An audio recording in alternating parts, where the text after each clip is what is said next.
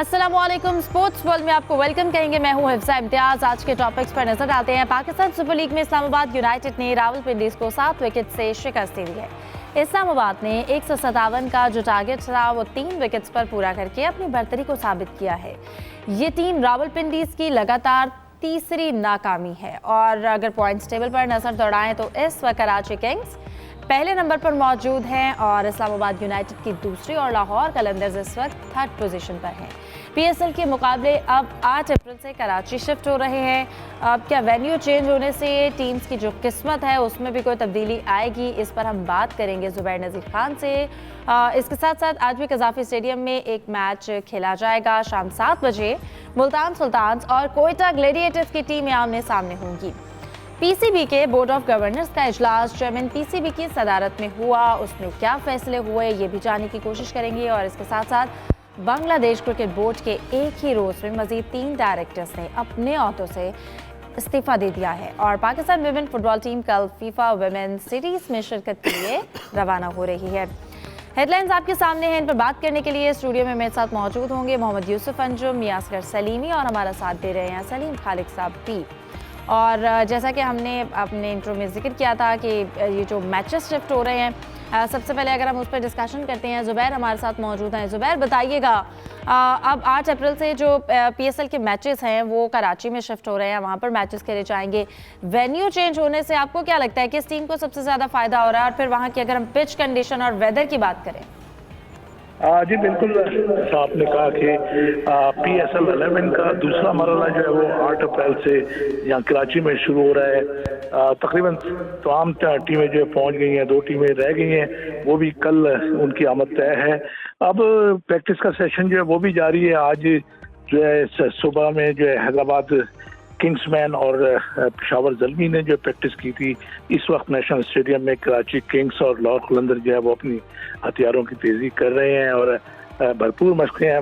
मौसम भी अच्छा हो गया है, जैसे कि आपको पता है पहले बारिश हुई थी, उसके बाद जो है मौसम अब सूरज निकला हुआ है, तो इसमें जो है खिलाड़ी बड़ा अपने आप को बेहतर महसूस कर रहे हैं।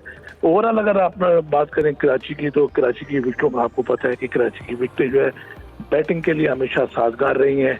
और यकीनी बात है कि यहाँ पर जो है बैटर्स का राज होगा, चौके और छक्के लगेंगे, लेकिन डेफिनेटली तमाशाइयों के बगैर जो है खिलाड़ियों की परफॉर्मेंस जो है बिल्कुल लायानी होगी। बिल्कुल जी। अच्छा जुबैर, हम बात करते हैं कि अभी तक जो टीमें हमें पीएसएल में स्ट्रगल करती हुई दिखाई दे रही हैं, कहा जा सकता है कि वहाँ पर उनकी शायद कोई किस्मत बदले। फिर अगर हम बॉलिंग साइड की बात करें तो जिनका ज़रा स्पिन अटैक हैवी है, आपको लगता है कि उन्हें किसी किस्म का एज मिल सकता है कराची की पिचेस पर? देखिए बिल्कुल, आपकी बात में बहुत वजन है, लेकिन ज़ाहिर है ये T20 है, आखिर बॉल तक जो कुछ पता नहीं होता खेल का कि किस टीम के हक में जाएगा। जो टीम जीत रही होती है वो हार जाती है, या जो हारने वाली टीम होती है वो जीत जाती है। जहाँ तक कराची की विकेटों की बात है, जहाँ पर 8 विकेटें जो है वो बनाई गई हैं, 8 विकेटें जो है ज़ाहिर है कि ये बैटिंग के लिए साजगार होंगी। और कराची की रिवायत रही है कि यहाँ पर स्पिनर्स का राज रहता है। तो लेकिन बतौर अगर ओवरऑल देखा जाए तो बैटर्स हावी रहेंगे, बॉलर्स अपनी तौर पे कोशिश करेंगे, लेकिन बैटर्स मैं समझता हूँ कि हावी रहेंगे। स्पिनर्स को भी चांस मिलेगा, लेकिन जो टीम ज़्यादा मेहनत करेगी, जैसे मैंने पहले कहा कि T20 जो अपनी मुख्तलिफ तर्ज की क्रिकेट है, आखिरी गेंद तक जो कुछ नहीं कहा जा सकता। जो टीम जीत रही होती है वो हार जाती है और जो हार रही होती है वो जीत जाती है।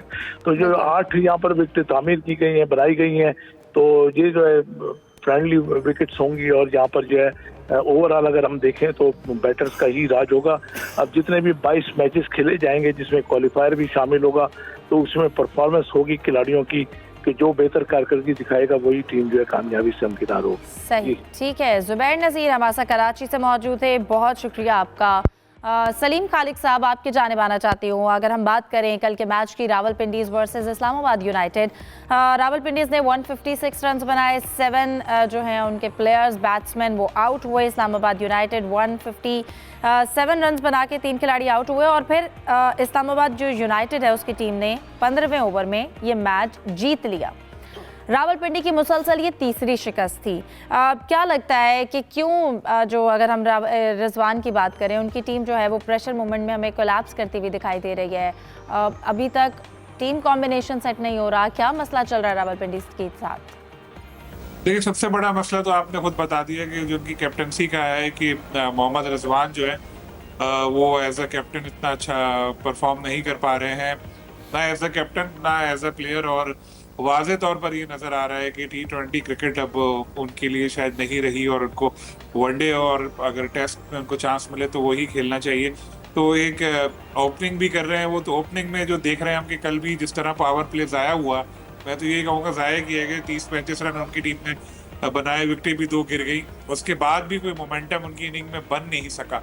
इसमें हमें दाद देनी चाहिए इमाद वसीम को कि बहुत ज़बरदस्त उन्होंने बॉलिंग की, विकेट एक ही मिली लेकिन बहुत ज़बरदस्त उनकी बॉलिंग रही। ग्लेसन ने बहुत अच्छी बॉलिंग की।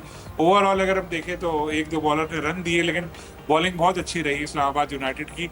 उसके बाद समीर मिन्हास ने सारा मेला लूट लिया, जिस तरह की डोमिनेट किया उन्होंने। एक तो स्कोर भी कम था लेकिन जिस तरह से वो खेले, एक यंगस्टर इस तरह बिल्कुल बगैर प्रेशर लिए खेल रहा था, वो एक देखने से काबिल रख रहा था। और पिंडी के बारे में यही कि नाम बड़ा इनका कि आए थे, इतनी महंगी टीम बिकी है लेकिन इनकी परफॉर्मेंस ज़ीरो है। पैसे बहुत दिए इन्होंने लेकिन परफॉर्मेंस इनकी ज़ीरो है और अब 3 मैचेस ये हार चुके हैं मुसलसल। और अब अगर ये इम्प्रूवमेंट लेकर नहीं आए तो इनके लिए बड़ा मसला हो जाएगा। थोड़ा टीम कॉम्बिनेशन भी इनका इतना अच्छा नज़र नहीं आ रहा। तो अभी हम ये देखेंगे कल जो मैच था एक तरह से राइवलरी होती है रावलपिंडी और इनकी इस्लामाबाद की, लेकिन इस्लामाबाद ने एक वन साइडेड बिल्कुल मैच जीता, बिल्कुल आउट क्लास कर दिया इनको। सही। यूसुफ, जिक्र किया सलीम खालिक साहब ने भी समीर मिन्हास का, वो एक यंगस्टर्स हैं और कल जिस तरह से उन्होंने अपनी इनिंग्स खेली है, कहेंगे कि वो अपनी टीम के जो है इस्लामाबाद यूनाइटेड के एक्स फैक्टर साबित हुए। 36 गेंदों पे उन्होंने 70 रन बनाए। फिर इसके साथ साथ सोशल मीडिया पर वो अभी उनके बड़े चर्चे हो रहे हैं। उनके फादर के हवाले से हम बात करें, उनके लिए बड़ा प्राउड मोमेंट था उनको कवर करना। क्या कहेंगे समीर मिन्हास की परफॉर्मेंस पर? देखिए, समीर मिन्हास इससे पहले जो अपना एशियन कप हुआ था, इमर्जिंग कप, वहाँ पर भी उन्होंने अच्छी परफॉर्मेंस दी। अंडर-19 की सतह पर भी पाकिस्तान के लिए अच्छी परफॉर्मेंस दे सकते हैं। ये उनका पहला PSL है और PSL में साथ अगर बाप भी शामिल हो जाए वहाँ पर बतौर प्रोफेशनल फ़ोटोग्राफर, तो मेरे ख्याल में ये दोनों के लिए बहुत ही यादगार लम्हात थे। कल के हवाले से 44 गेंदों पर उन्होंने 70 रन की इनिंग्स खेली, बहुत ही कमाल की इनिंग्स थी और इसी इनिंग्स की वजह से उनको मैन ऑफ द मैच का एजाज़ भी मिला। और मैच के बाद PCB के चेयरमैन समीर अपना मोहसिन नकवी ने ख़ासूसी तौर पर समीर हुसैन मिन्हास को अपने साथ मिलाया, उनको गले लगाया, उनको हौसला अफजाई की। ये मेरे ख्याल में किसी भी यंगस्टर के लिए बहुत ही यादगार लम्हात होते हैं कि जब एक चेयरमैन PCB भी आपकी हौसला अफजाई कर रहा है। और उस वक्त उनके वालिद काशिफ मिन्हास ने जो ग्राउंड में मौजूद थे, उन्होंने सारे मनाज़र को कैप्चर भी किया और उन्होंने एक तस्वीर भी आज सोशल मीडिया पर शेयर की जिसमें हम देख सकते हैं कि समीर और उनके जो भाई हैं इरफात मिन्हास, जो मुल्तान सुल्तान की तरफ से खेलते हैं, इस PSL का हिस्सा है, वो वहाँ पर बैठे हुए हैं और दोनों को वो PSL के मैच देख रहे हैं। और ये कितने इनके प्राउड मोमेंट होगा कि 2026 में आज वो PSL का हिस्सा है और सारे लोग उनकी तारीफ़ कर रहे हैं। तो यकीनी तौर पर ये एक बाप और बेटे के लिए मेरे ख्याल में बहुत ही अहम रिश्ता था, जिसकी वजह से उन्होंने मेहनत की, उनके बाप ने उनकी भरपूर हौसला अफजाई की, उनको सपोर्ट किया और अपनी मेहनत की वजह से आज इस मुकाम पर पहुँचे हैं। तो जिस तरह हनीफ बरादरान ने पाकिस्तान क्रिकेट के लिए खिदमत अंजाम दी, अब एक बड़े अरसे के बाद ये जो समीर मिन्हास बरादरान है, ये पाकिस्तान के लिए एक फ्यूचर साबित हो सकते हैं। लेकिन इसके लिए अभी उनको बहुत ज़्यादा मेहनत की ज़रूरत होगी, बहुत ज़्यादा कोचिंग की ज़रूरत है। एक इवेंट से अब ये नहीं कह सकते कि ये पाकिस्तान के अब आने वाले दिनों के स्टार्स होंगे, बाबर आजम बन जाएंगे। इनके लिए उनको खासी मेहनत करना पड़ेगी और पाकिस्तान क्रिकेट बोर्ड को भी इनका पूरा ख्याल रखना पड़ेगा। सही। असगर सलीमी साहब, आपकी जानिब आना चाहती हूँ। अब हम बात करें, कहा जा रहा था कि अगर रावलपिंडी 10-15 रन मजीद बना लेती तो शायद एक बेहतर टोटल होता, लेकिन जिस तरह से इस्लामाबाद यूनाइटेड ने प्ले किया, लग रहा था कि अगर इससे ज़्यादा रन भी होते 15-20 तो वो बासानी चेस कर लेते। बड़ा टेक्निकल प्ले किया इस्लामाबाद यूनाइटेड ने या फिर रावलपिंडी बड़ा बेसिक लूज़ कर गए? हाँ हिफ्ज़ा, बेसिकली देखा जाए तो कहा जाता है, ये तासुर है कि क्रिकेट जो ना हमेशा आखिरी बॉल तक नहीं पता चलता कि कौन सी टीम जीतेगी या हारेगी। लेकिन कल जब मैच शुरू हुआ, दोनों टीमें आई हैं और उसके बाद बॉडी लैंग्वेज बता रही थी कि रावलपिंडी आज का मैच भी जीतने के मूड में नहीं है। नंबर 1। नंबर 2, दोनों जो कप्तान हैं उनमें ज़मीन आसमान का फ़र्क है। रिजवान स्ट्रगल कर रहा है, वो आपको पता है कि बिग बैश में भी बुरी तरह फ्लॉप हुआ था, उसका जो स्ट्राइक रेट था वो सबसे लो था, उसके बाद वर्ल्ड कप में भी नहीं लिया गया और लकीली इसको पिंडी टीम का आपने कप्तान बना दिया। इसके पास एक बहुत अच्छा मौका था कि ये कम बैक करता, लेकिन इसका जो इत्माद है, मोराल है, वो अप होने के बजाय मज़ीद डाउन हो रहा है। अब आप ये देखें कि दूसरा जो कप्तान है शादाब खान, वो पूरे मैच के दौरान वो नज़र आ रहा है, उसकी बॉडी लैंग्वेज बता रही थी कि वो कुछ करना चाहता है, कुछ प्लेयर से करवाना चाहता है। तो अब देख लें कि शादाब खान और बेसिकली ये मैच इस्लामाबाद यूनाइटेड और रावलपिंडीज़ के दरमियान नहीं था, बेसिकली ये दो कप्तानों के दरमियान था, शादाब खान और रिजवान के। जिस तरीके से शादाब खान नज़र आया, उसने एक्सपेरिमेंट भी किए हैं, उसने जो बॉलिंग है उसमें भी जो कम्बिनेशन वो करवाया और उसके बाद फील्डिंग प्लेसमेंट वो भी बड़ी ज़बरदस्त रही है। तो मैं समझता हूं कि पूरे मैच के दौरान साफ साफ नज़र आ रहा था, ये मिथ मैं समझता हूं इस मैच के बाद बिल्कुल टूट चुकी है कि आखिरी बॉल तक नहीं पता चलता कि कौन सी टीम जीतेगी कौन सी हारेगी। लेकिन कल के मैच में ये मिथ भी टूट चुकी है। पहली बॉल ही से नज़र आ रहा था कि इस्लामाबाद की टीम जीतेगी। यहाँ पे 156 छोड़ के जो उनकी बॉडी लैंग्वेज बता रही थी पिंडीज़ की, अगर वो 225 भी कर लेते इन्होंने ये भी कर लेना था। और सबसे बड़ी बात, जिस तरीके से अभी यूसुफ साहब ने भी बात की है, सलीम खालिद साहब ने भी बात की है, 36 गेंदों पे 70 रन करना, 4 छक्के लगाना, 7 चौके लगाना। और उसके बाद आपको ये भी बताऊं कि अभी तक जो सबसे ज़्यादा 180 स्कोर हाईएस्ट स्कोर है, नंबर 1 नंबर 2 पे है हसन नवाज और तीसरे नंबर पे साहबजादा फरहान है। और ये देख लें कि एक बच्चा जिसने अंडर 19 एशिया कप में इंडिया की इतनी पैंटी लगाई थी, फाइनल में 177 स्कोर किया था और पाकिस्तान बड़े आसानी के साथ ये मैच जीत गया था। और उसके बाद जब Pakistan team under 19 world cup गई है, उसमें ये पाकिस्तान की तरफ से सबसे हाईएस्ट स्कोरर था। और मैं थोड़ा सा मज़ीद ऐड कर दूं कि ना सिर्फ 2 नहीं 3 भाई हैं इसके, समीर मिनहास, इरफात मिनहास और तीसरा एक और इनका भाई है वो भी है। मैं समझता हूँ जिस तरीके से अकमल बरादरान 3 भाई उनके वो टीम पाकिस्तान की तरफ से खेले थे, उसके बाद इलाही बरादरान वो खेले थे, तो मैं समझता हूँ कि ये जो है बड़े ज़बरदस्त ये बरादरान अपना मिनहास से बरादरान चल रहे हैं। और अगर इसी तरीके से चलते रहे, मैं आपके प्रोग्राम की वसादत से बड़े डंके की चोट पर कहता हूँ, इरफात मिनहास की भी जिस तरीके से परफॉर्मेंस मुल्तान सुल्तान की तरफ से चल रही है, मोहम्मद नवाज़ को ये रिप्लेस करेंगे, कौमी टीम में आएंगे, रिप्लेस करेंगे मोहम्मद नवाज़ को। चूँकि मोहम्मद नवाज़ ने बेशक पिछले सीज़न में 2025 में 36 विकेटें ली थी पाकिस्तान की तरफ से, सबसे ज़्यादा विकेटें, लेकिन उसकी परफॉर्मेंस दिन ब दिन बहुत नीचे जा रही है। और जो इरफात मिनहास है ना सिर्फ स्कोर कर रहा है, बड़ी तेज़ी के साथ स्कोर करता है। बिल्कुल ऐसा ही है। और हमें कल रावलपिंडीज़ के जो बॉलिंग प्लान है ये भी हमें बड़े प्रेडिक्टेबल नज़र आए। ऐसा नहीं होना चाहिए था, एक सरप्राइज फैक्टर होना चाहिए अगली टीम के लिए ताकि उनको खेलने में थोड़ा मसला भी हो। सलीम साहब, पॉइंट्स टेबल की अगर हम बात करें, आप पॉइंट्स टेबल पर नज़र डालें तो कराची किंग्स जो है वो अपने तीनों मैच जीत कर नंबर 1 पे है। इस्लामाबाद यूनाइटेड 1 मैच हारी है 5 पॉइंट्स के साथ दूसरे पे है। लाहौर कलंदर्स 4 पॉइंट्स के साथ तीसरे नंबर पर है। इस वक्त हमें जो सिचुएशन लग रही है, अगर हम रावलपिंडीज़ और हैदराबाद किंग्स की बात करें, इनके लिए ये पहला सीज़न जो है वो लग रहा है कि बहुत अच्छा साबित नहीं हो रहा। खेल के बाद 3 मैचेस हारने के बाद भी हमें लग रहा है कि अभी तक कॉम्बिनेशन जो है वो बैलेंस नहीं हो पा रहा टीम्स का। बिल्कुल इंसान, पहले मैं मियाँ साहब को दाद देता हूँ, कम आते हैं ये, लेकिन बहुत ज़बरदस्त इनके कमेंट्स होते हैं, इनको रेगुलर बुलाया करें। बाकी अभी आपने जैसे हैदराबाद किंग्समैन की बात की, रावलपिंडीज़ की बात की, बिल्कुल ये दोनों टीमें हैं, इनके पास वक्त तेज़ी से गुजरता जा रहा है, इनका कॉम्बिनेशन बन नहीं पाया। उन्होंने अपने अमेरिकन प्लेयर पर बहुत ज़्यादा इन्हिसार किया और कैप्टन जो उनके लबोशेन हैदराबाद के वो इतना परफॉर्म नहीं कर सके। इसी तरह इन्होंने भी कैप्टनसी के मामले में रावलपिंडीज़ ने गलती की, क्योंकि जिन लोगों के ज़ेरे साया है रावलपिंडी, उनके ज़ाहिर फेवरेट है रिजवान, तो उन्होंने उनको कैप्टन बनवाया, लेकिन परफॉर्मेंस उनकी उस तरह की चल नहीं रही। जैसे मियाँ साहब ने बिग बैश की भी मिसाल दी थी कि बहुत बुरी तरह वो नाकाम रहे थे, T20 में अब खेल नहीं पा रहे। अगर कैप्टन अच्छा परफॉर्म नहीं कर पाए तो पूरी टीम को ही मसला होता है। फिर मोहम्मद आमिर को उन्होंने लिया जो सारा साल टेलीविजन पे तबसरे करते रहते हैं, उनकी भी परफॉर्मेंस ज़ाहिर है ऐसे सवाल उठ रहे हैं उसमें, तो उनका भी कोई टीम कॉम्बिनेशन नज़र नहीं आ रहा। और इस वक्त जिस तरह कराची किंग्स का आपने जिक्र किया, बिल्कुल डोमिनेट कर रही है डेविड वार्नर की ज़ेर क़यादत और नाकाबिल शिकस्त है, बहुत उसकी अच्छी परफॉर्मेंस है। चाहे वो आज़म हो या दूसरे लड़के हो, सब जहाँ जिसको मौका मिलता है वो परफॉर्म करता है। कलंदर तो पिछला मैच जैसे जीते वो जख्मी शेर बनकर जीते। फिर शादाब बहुत अच्छी तरह परफॉर्म भी करे। आपने बड़ी अच्छी बात बोली थी 1-2 शो पहले के शादाब इधर ही PSL में अच्छा परफॉर्म, PSL के प्लेयर जी, तो वाकई उनका यही है कि PSL में तो उनकी बहुत अच्छी परफॉर्मेंस चल रही है। ठीक है, तो शादाब इस की। वक्त हमें एक्सपीरियंस में नजर आ रहा है कराची किंग्स का और वो पॉइंट्स टेबल पर राज भी कर रहे हैं। डिस्कशन को कंटिन्यू करते हैं ब्रेक के बाद। Stay with us. Welcome back. Break के बाद हमें ज्वाइन किया हमारे फॉर्मर क्रिकेटर फवाद आलम ने। बहुत शुक्रिया फवाद आपके वक्त का। स्पोर्ट्स वर्ल्ड में आपको वेलकम कहेंगे। सबसे पहले कल के मैच के हवाले से आपसे जानना चाहूंगी, रावलपिंडीज वर्सेस इस्लामाबाद यूनाइटेड, और अगर हम बात करें तो पावर प्ले में भी बहुत अच्छा परफॉर्म नहीं किया गया रावलपिंडीज की जानिब से। 35 रन और 2 विकेट्स उनकी गिर चुकी थी। क्या कहेंगे आप रावलपिंडीज की परफॉर्मेंस पर?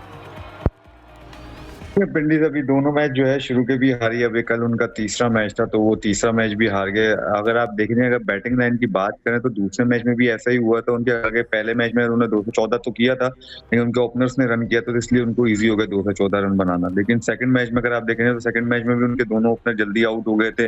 तीसरे पे कामरान गुलाम भी आके आउट हो गए थे फिर, लेकिन जो है मिचेल्स ने और जो बिलिंग्स है उन्होंने बड़ी जबरदस्त उनकी पार्टनरशिप हुई, तकरीबन 120 अराउंड की, वो 180 अबव कर गए थे। बट कल देखें, हर मैच में ऐसा नहीं होगा कि अगर ओपनर्स अगर रन्स नहीं करेंगे तो नीचे आने वाले बैट्समैनों के लिए प्रॉब्लम हो जाएगी। और जिस तरह की आजकल क्रिकेट हो रही है, क्योंकि 200 से कम रन्स कहीं भी किसी विकेट भी हो, कैसी भी कंडीशन उससे आप कम नहीं कर सकते, फिर आपके बॉलर्स वो नहीं बचा सकते। कंडीशन कोई इतनी बुरी नहीं थी कल, लेकिन बट ये था कि एग्जीक्यूट जो था उनके बैट्समैनों ने नहीं किया इस तरह जिससे उनको करना चाहिए था। अगर आप देखें सेकंड टाइम जब इस्लामाबाद ने जब बैटिंग की तो ऐसा लग ही नहीं रहा था कि वो उसी विकेट पे मैच खेलना है जिस पे पहली इनिंग हुई थी। तो आई थिंक जहां पर स्विंग होता है हम लोग ट्रबल करते हैं, आपको पता है ये। तो कल ऐसा ही हो गया, अर्ली ऑन थोड़ा स्विंग मिला गैसल को, तो आई थिंक उसमें उन्होंने ट्रबल किया। और मेरे ख्याल से बैटर भी थोड़ी सी उनको जो है ना नंबर चेंज करने पड़ेंगे। अब्दुल्ला फजल नीचे है, 6 नंबर, लेफ्ट हैंडेड बैट्समैन है वो। अब आप देखेंगे बीच में हर किसी टीम के पास आप देखेंगे शुरू के टॉप 5 में उनके पास लेफ्ट हैंडर है, कोई ना कोई एक या दो लेफ्ट हैंडर है। लेकिन ये पिंडीज वाइड टीम है जिनके टॉप ऑर्डर 5 जो हैं वो सारे राइट हैंडर्स हैं। तो बॉलिंग के लिए भी बहुत आसान हो जाता है। आप बॉलर को भी डिस्टर्ब करने के लिए, फील्डिंग को डिस्टर्ब करने के लिए, कैप्टन से डिस्टर्ब करने के लिए आपको लेफ्ट हैंडर भी एक बीच में डालना पड़ेगा। सही, आपको क्या लगता है आमिर को जो बॉलिंग का सेकंड स्पेल अर्ली देना चाहिए था? किसको? आमिर, मोहम्मद आमिर। ठीक है, अब जाहिर रन्स तो इतने थे नहीं, तो अब बंदे को अब जैसे एज अ कैप्टन अगर आप देखोगे यार एक ही बॉलर है, अब उसको ज्यादा सारे के सारे में ओवर तो नहीं करा सकता। अगर आप देखें तो शुरू के 2 मैचों में इकोनॉमी इतनी अच्छी नहीं थी। पहले मैच में अगर देखें 50 से ऊपर उन्होंने रन दिए थे, सेकंड मैच में देखें तकरीबन 38 रन दिए थे उन्होंने 4 ओवर में, तो वो भी इतनी अच्छी अभी फॉर्म में नहीं है। बट कल जिस तरह की उन्होंने बॉलिंग की, जबरदस्त बॉलिंग की, तो आमिर एक ऐसे बॉलर हैं जो कमबैक भी कर सकते हैं। और बाकी देखें अप एंड डाउन होते रहते हैं, जब टीम हारती है ना तो ऐसे लगता है कि यार इसको आमिर अगर 4 के 4 ओवर कर भी लेता तो क्या वो 115 पे आउट कर लेते उन लोगों को? ऐसा तो नहीं होता ना। तो कैप्टन बंदा जब उधर जो सिचुएशन डिमांड कर रही है वो उसी तरह बंदा करता है। तो रिजवान में आई थिंक उनका वही स्ट्राइकर बॉल शुरू में उनसे बॉल कराया, फिर उसके बाद आखिर में रखा कि कहीं मैच कहीं फंसेगा, कहीं इस तरह जा रहा होगा तो ताकि मैं उस आमिर को लेके आऊं उस टाइम और वो हमें उसमें कामयाब दिलाए। लेकिन आउटराइट कर दिया। समीर मिन्हास ने एक्स्ट्रा ऑर्डिनरी बैटिंग की, तो किसी भी वक्त बॉलिंग के वक्त ऐसा लगा नहीं कि इस गेम में exactly I was about to ask कि समीर मिन्हास की जो कल परफॉर्मेंस थी, स्पेशली शॉट सिलेक्शन, वो कैसी नजर आई हमें कल के मैच में? देखिए, अगर आप देखें मैंने शुरू में कहा, मैं बैठ रहा हूँ जब से, तो मैंने यही कहा है कि जी हमें 3-4 प्लेयर हैं जिन पे जो है आपको मतलब मैंने नाम दिए थे कि ये 3-4 प्लेयर हैं, जैसे माद सदाकत हैं, समीर मिन्हास हैं, ठीक है, तो ये और 1-2 प्लेयर और हैं मैं अभी भूल रहा हूँ, और वो सारे ओपनर्स हैं। क्योंकि अभी आप देखें T20 अभी जितने भी और अभी जितने भी टॉप ऑर्डर के बैट्समैन हैं वही रन्स कर रहे हैं। तो Sameer Minhas one of them है। और बड़े अरसे के बाद कोई प्रॉपर बैट्समैन हमें नजर आ रहा है, डोमेस्टिक के बाद या अंडर 19 के बाद भी देख लें कि जो आके सिर्फ एक जगह शॉट नहीं खेलता, या वो मतलब एक ही उसका स्ट्रेटेजी नहीं है कि यहाँ तो मारता है यहाँ रोकता है। मेरे ख्याल से उसमें सारी वो एबिलिटीज हैं। ग्राउंड के चारों तरफ वो स्ट्रोक्स खेलता है, उसका कट भी अच्छा है, उसका पुल भी अच्छा है, उसका हुक भी अच्छा है, उसका ड्राइव भी अच्छा है, वो स्पिनर्स पे भी अच्छा खेलता है। वो फास्ट बॉलर्स पे अगर छक्के मारता है तो वो स्पिनर्स पे भी छक्के मारता है। तो बड़े बैट्समैन ऐसे होते हैं जो बॉलर्स को इतना अच्छा नहीं खेलते, मतलब अच्छा इन सेंस कि उस पर रन ज्यादा नहीं करते, स्पिनर्स पे आके अपना स्ट्राइक रेट चेंज कर देते। लेकिन बहुत अरसे बाद मुझे ऐसा लगता है कि बाबर आजम के बाद हमें बहुत अरसे बाद एक प्रॉपर हमें बैट्समैन नजर आ रहा है समीर मिन्हास की शक्ल में। बट ये मैं जरूर मेंशन करूंगा कि उसको टाइम जरूर दें, उसको डोमेस्टिक जरूर मिलने दें, ताकि वो पका हुआ आपको जो है ना एक फल मिले। कच्चे फल को अगर आप उतार देते हैं ना तो फिर जब पकता है तो जब तक अगर उससे परफॉर्मेंस नहीं हुई, अनलकी समटाइम रह जाता है बंदा के ऊपर जाके परफॉर्म नहीं होता, तो फिर जब वो पक जाता है तो आप उसको बिल्कुल दूर कर देते हैं। तो मेरे ख्याल से बड़ा जबरदस्त टैलेंट है, लेकिन उस पे निगाहें रखें, उस पे काम करें, फिर पाकिस्तान से खिलाएं। सही फवाद, आज का मैच है मुल्तान वर्सेस कोयटा। आपको क्या लगता है अगर हम कोयटा के मिडिल ओवर्स में जो लेफ्ट राइट कॉम्बिनेशन को किस तरह से ब्रेक करें? देखिए, कोयटा और मुल्तान कोयटा के लिए ज्यादा जो है अहम मैच है, क्योंकि 3 में से वो एक मैच जीते हैं, तो आज उनके लिए बहुत अहम मैच है। अगर कहीं ना खुदा ना खास्ता अगर ये मैच भी अगर लूज कर जाते तो उनके लिए आगे चल के पॉइंट्स टेबल पे मुश्किल हो सकती है टॉप 4 में, क्योंकि पहले देखें 6 टीमें होती थी, यहाँ पे है 8 टीमें। तो आपके पास क्वेश्चन इतना नहीं है कि आप 6 मैच हार जाओगे या 5 मैच हार जाओगे तो आप क्वालिफाई कर जाओगे, तो वो बहुत मुश्किल होगा आपके लिए कि एटलीस्ट आपको 6 से 7 मैच जरूर जीतने पड़ेंगे। तो अब जो आने वाले जो नीचे जितनी भी टीमें रहेंगी जो हारी हुई हैं, उनके लिए हर मैच ऑलमोस्ट नॉकआउट सिस्टम शुरू हो गया ऑलमोस्ट। तो मेरे ख्याल से हर मैच जीतना पड़ेगा। अगर मुल्तान की आप बात करें, मुल्तान सिर्फ एक मैच आ रहा है लाहौर के अंदर से, उसमें भी यही हुआ कि स्मिथ और साहिबजादा फरहान ने रन नहीं किए। तो जिन जिनके ओपनर्स अगर रन नहीं करते तो वो ट्रबल्स करते हैं।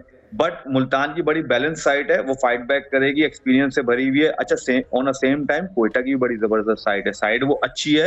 हार गए वो दोनों मैच, ये होता है कि टीम है, समटाइम आप हार जाते हो, चीजें करते हो, डिसीजन करते हो, वो आपके काम नहीं आती। बट उनकी बॉलिंग भी अच्छी है कोयटा की, ऑन अ सेम टाइम उनकी बैटिंग भी अच्छी है। तो होपफुली हमें एक अच्छा मैच देखने के लिए मिलेगा, लेकिन कोयटा के लिए बड़ा इंपॉर्टेंट मैच है और लेट्स सी कि आज कौन जीता है। बिल्कुल, thank you so much Fawad आपके वक्त का। और प्रोग्राम के इस हिस्से में अब आपको सुनवाते हैं कि हमारे फॉर्मर क्रिकेटर्स मोहम्मद समी, फवाद आलम ने बैटिंग ऑर्डर के हवाले से कुछ कंसर्न जाहिर किए हैं, क्या बैटिंग नंबर होना चाहिए। और मोहम्मद समी जो हैं वो फास्ट बॉलिंग को लेकर थोड़ी इस वक्त तशवीश में नजर आए हैं। आपको सुनवाते हैं कि वो क्या कहते हैं। फवाद, ये बताएं कि जो अब तक एचबीएल पीएसएल में नजर आया कि ओपनर ज्यादा रन्स कर रहे हैं, मिडिल ऑर्डर बैट्समैन जो है कोई नजर नहीं आ रहा। समीर मिन्हास ने जिस तरह आज बैटिंग की, आप क्या समझते हैं इसकी बुनियादी वजह क्या है? देखिए, अगर आप देखें पाकिस्तानी टीम में भी ऐसा ही होता है कि सब ओपनर खेलना चाहते हैं। तो आई थिंक इसमें भी पीएसएल में जब हमने शुरू में भी बात की थी, 2 मैच जब 3 मैच हुए थे, तो हमने ये कहा था कि जितने भी 6-7 बैट्समैन हैं वो सब ऊपर नंबर पे खेलते। तो मिडिल ऑर्डर अभी तक हमें नजर नहीं आया, लेकिन हसन नवाज जो है वो बहुत जबरदस्त बैटिंग कर रहे हैं। और मेरे ख्याल से मुझे ऐसा लगता है क्योंकि एज अ मिडिल ऑर्डर में उनका 150 प्लस का जो है तकरीबन 150 का स्ट्राइक रेट है, तो आई थिंक वो सबसे अच्छी ऑप्शन है। बट ज़रूरी ये है कि उसको 4 नंबर पे बैटिंग कराई जाए। और जितने आने वाले बैट्समैन हैं ओपनर्स तो हैं, बट क्या ये सिलेक्ट एज अ ओपनर्स होंगे या ये भी आगे चल के मिडिल ऑर्डर खेलेंगे? अच्छा समीर, ये बताइए कि फास्ट बॉलर्स की परफॉर्मेंस अब तक इस पीएसएल में इतनी अच्छी नहीं रही है। नसीम शाह अनफिट हो गए, इतने महंगे खिलाड़ी थे। उसके अलावा अगर आप देखें, मोहम्मद आमिर ने आज कुछ बेहतर बॉलिंग की, लेकिन फास्ट बॉलर्स की कारकर्दगी सही न होने की वजह क्या है? मेन थिंग है मेरे ख्याल में विकेटों का बहुत ज़्यादा फ़र्क है। अभी शुरू में बहुत ज़्यादा स्लो विकेट हैं और थोड़ा सा बॉल रुक के आ रहा है, फंस के आ रहा है। इस वजह से विकेट को अभी तक वो इस तरह से नहीं संभाल कर फास्ट बॉलर, ना कोई स्विंग देखने को मिला, ना सीम देखने को मिला। तो मेरे ख्याल में अलार्मिंग साइन है। जैसे आपने बात की, शाहीन अफरीदी ने एक मैच में अच्छी बॉलिंग की है, लेकिन उसके अलावा अगर आप देखें जो रेगुलर पाकिस्तान टीम से खेलते आ रहे हैं वो इस तरह की परफॉर्मेंस नहीं देते रहे। हालांकि अभी वर्ल्ड कप से आए हैं और खेलते हुए आए हैं, ऐसा नहीं है कि बिल्कुल रेस्ट से आए हैं काफ़ी लड़के। तो मेरे ख्याल में इनको अपग्रेड करना पड़ेगा अपना गेम और दिखाना पड़ेगा, ताकि यंगस्टर उनसे मसले रा लें और उनसे सीखें और परफॉर्म करें। हालांकि यंगस्टर आ रहे हैं पीएसएल में काफ़ी, लेकिन मेरे ख्याल में उनको भी फास्ट ट्रैक की और डेवलपमेंट की और ज़्यादा ज़रूरत है। तो गुफ्तगू आपने सुनी, इस पर भी कमेंट लेना चाहूँगी सलीम खालिक साहब आपसे। और इसके साथ साथ हम आज के मैच के हवाले से भी आपको क्या लगता है, अगर हम मुल्तान के हवाले से बात करें, उनकी जो बैटिंग फायर पावर है और कोयटा का जो बॉलिंग डिसिप्लिन है, कौन डोमिनेट करता दिखाई दे रहा है? मुल्तान का जो ओपनिंग है, ओपनर्स हैं दोनों साहबजादा और स्मिथ, मेरे ख्याल है इवेंट में सबसे ज़्यादा ज़बरदस्त ओपनिंग प्लेयर वही है। पिछले मैच में गोके कलंदर के खिलाफ चल नहीं पाए थे वो, लेकिन वो बहुत ज़बरदस्त प्लेयर है। तो वो अगर चल गए तो बड़ा इंपॉर्टेंट होगा। फिर जहाँ तक कोयटा की बात है, कोयटा के लिए हसन नवाज एक पॉजिटिव साइन है उनके लिए, वो अच्छा परफॉर्म कर रहे हैं। शुरू के मैचों में शामिल हुसैन ने अच्छा परफॉर्म किया था। तो अब तक जो हम देख रहे हैं, अभी जो आखिर में हमने देखा टूर्नामेंट में, कि उसमें बैट्समैनों का ही राज रहा है। पिचेस एक तो बिल्कुल बैटिंग के लिए साजगार है और फिर बाउंड्री भी छोटी कर दी थी, जिसकी वजह से मिस हिट पर भी छक्के लग रहे हैं। तो अब जिस तरह अभी समी भी जिक्र कर रहे थे कि बॉलर्स तो स्ट्रगल ही कर रहे हैं। अभी शुरू के मैचों में गोके शाहीन आफरीदी ने एक मैच में अच्छा परफॉर्म किया था, हसन अली की परफॉर्मेंस अच्छी रही थी, लेकिन अब तो बैट्समैन डोमिनेट कर रहा है। और बैट्समैन भी यंगस्टर, अगर आप देखें ज़्यादातर जो टॉप चार्ट है हमारा, टॉप 5 में ज़्यादातर वो प्लेयर है जो यंगस्टर है, साहबजादा फरहान भी सही। अब चले, उनको हम थोड़ा सीनियर मान लें, बाकी सारे यंगस्टर है, तो ये एक PSL के लिए अच्छी चीज़ है। साथ एक लम्हा फिक्रिया भी है कि जो हमारे स्टार प्लेयर है पुराने, वो क्यों परफॉर्म नहीं कर पा रहे अब तक। बिल्कुल, हम उन्हें परफॉर्म करते हुए बिल्कुल देखना चाहते हैं। यूसुफ, आपकी जानिब आना चाहती हूँ। हम बात करें इस वक्त PCB का जो गवर्नर्स की मीटिंग हुई है, बोर्ड ऑफ गवर्नर्स की, उसके हवाले से क्या प्लान है? क्रिकेट के जो स्ट्रक्चर है उस हवाले से, रेवेन्यू के हवाले से क्या फैसले हुए हैं? हिफ्ज़ा, हर 3 माह के बाद ये बोर्ड ऑफ गवर्नर की मीटिंग बुलाई जाती है, जिसमें अब क्रिकेट की बेहतरी के हवाले से फैसले किए जाते हैं। कल जो मीटिंग हुई यहाँ पर कज़ाफ स्टेडियम लाहौर में, इसमें चेयरमैन PCB मोहसन नकवी ने सदारत की। उसमें जो सबसे अहम चीज़ें थी वो अकाउंट्स के मामला थे। 2024 और 2025 में जितना भी हिसाब किताब था उसकी ऑडिट शुदा जो रिपोर्ट थी उसकी मंजूरी दी गई। और फिर PSL में हवाले से चूँकि इस्तीफ़ा जो ऑक्शन के ज़रिए टीमों के फ़रोख्त का फ़ैसला किया गया था वो बड़ा ज़बरदस्त रहा, उसको सराहा गया। और अब्दुल्ला खुर्रम नियाज़ी जो 2 साल तक पाकिस्तान के डोमेस्टिक के डायरेक्टर है, उन्होंने अपनी ज़िम्मेदारियाँ निभाई, इनको खराज तहसीन पेश किया गया कि उन्होंने बहुत ही अच्छा काम किया। और साथ जो बोर्ड मेंबरान थे उन्होंने दरख्वास्त की चेयरमैन PCB से कि इनको मज़ीद ज़िम्मेदारियाँ दी जाए। उन्होंने कहा कि तो CDA में जा रहे हैं, तो इस पर यह फ़ैसला हुआ कि जो अब्दुल्ला खुर्रम नियाज़ी हैं वो एजाज़ी तौर पर फ़िलहाल साथ ज़िम्मेदारियाँ भी देखेंगे, ये डोमेस्टिक की भी, और इसको ओवरऑल जो हेड करेंगे वो जुनेज़ याक करेंगे। इसके साथ साथ जो लाहौर के हवाले से कुछ फ़ैसले किए गए, उनको बहुत ज़्यादा जोन में तकसीम किया गया। और उसके साथ अगर सऊदी अरब में भी एक स्टेडियम बनने जा रहा है, पाकिस्तान क्रिकेट बोर्ड की ख्वाहिश है कि वहाँ पर भी टेंडर किया जाए, उसमें भी अपना उन्होंने अप्रूवल दी उसकी। तो ये सारी चीज़ें थी जिससे मुशावरत करनी थी कि पाकिस्तान क्रिकेट को कैसे आगे लेके चलना है। और इस वक्त चूँकि पाकिस्तान क्रिकेट बेहतरी की जानब गामजन है, तो मेरे ख्याल में जो डिसीजन होंगे उससे बेहतरी की उम्मीद की जा सकती है आने वाले दिनों में। बिल्कुल। असगर सलीमी साहब, आप कहिएगा, अगर हम बांग्लादेश क्रिकेट बोर्ड के क्राइसिस को डिस्कस करें, 3 डायरेक्टर्स का रिज़ाइन, BCB का जो इस वक्त क्राइसिस नज़र आ रहा है वो काफ़ी सीरियस हो गया है, क्या वजूहत है? पर्सनल रीज़न है या मामलात जो हैं वो काफ़ी इस वक्त परेशान कुन हो चुके हैं? जी बिल्कुल, 3 डायरेक्टर पहले दे चुके थे, 3 अब हो गए हैं, टोटल 6 हो गए हैं। तो मेरा ख्याल है अब जब भी कोई रजीम चेंज होती है ना सारी, आपको पता है कि अब नया सेटअप आया और उसके मुताबिक हर बंदे की कोशिश होती है कि अपना एक नया सेटअप लाया जाए। तो यही एक फ़िलहाल तो यही नज़र आ रही है। बाकी जो ना इंटरनेशनल जो बांग्लादेश क्रिकेट टीम के जो मामलात हैं वो भी देखने को मिल रहे हैं। और अभी तक वैसे जो है ना वो बिल्कुल एक खिचड़ी पक रही है। तो जो मुस्ताफ़ी हो रहे हैं वो भी अपना, अभी तक उन्होंने यही कहा है कि हमारी जो ना ज़ाती वजूहात है, लेकिन ज़ाती वजूहात नहीं है। लाजमी बात है कि जब कोई गवर्नमेंट आती है या कोई नया सेटअप आता है वो अपने बंदे नए लेके आता है। तो यहाँ भी यही कुछ नज़र आ रहा है। और अभी तक कुछ ये भी इतलात है कि जो नया जो गवर्नमेंट है और जो बांग्लादेश क्रिकेट बोर्ड का जो नया सेटअप है वो जो BCCI है उसके साथ भी कुछ जो रवाबत है, वो जो सर्द मोरी का शिकार थे उसमें ज़रा बेहतरी लाना चाह रहा है। पाकिस्तान के साथ तो पाकिस्तान जो क्रिकेट बोर्ड है उनके साथ तो वैसे ही मामला ठीक है। तो फ़िलहाल तो यही है। और ये भी अभी तक है कि वो जो 3 डायरेक्टर हैं जो मुस्ताफ़ी हुए हैं उनको मनाने की भी कोशिश की जा रही है। लेकिन मेरा ख्याल है कि ये फ़र्ज़ी बात हो सकती है, चूँकि अगर चूँकि उनको प्रेशराइज़ किया गया और जो उन्होंने कहा है कि हम ज़ाती वजूहात की बिना पर, जब भी ज़ाती वजूहात की बिना पर इस्तीफ़े आते हैं वो ज़ाती वजूहात की बिना पर नहीं होते, उनके पीछे मकासद कुछ और ही होते हैं। वैसे ऐसा ही है। बिल्कुल ठीक है। प्रोग्राम को वाइंड अप करते हैं। आज मुल्तान और कोयटा ग्लैडिएटर्स का मैच होगा PSL में। 8 अप्रैल से जो मैचेस हैं वो उसमें अब वेन्यू में कराची भी जो है वो शामिल हो जाएगा, वहाँ पर भी मैचेस शिफ्ट हो रहे हैं। प्रोग्राम को वाइंड अप करते हैं। आप तीनों को बहुत शुक्रिया, हमें दीजिए इजाज़त। अल्लाह हाफ़िज़।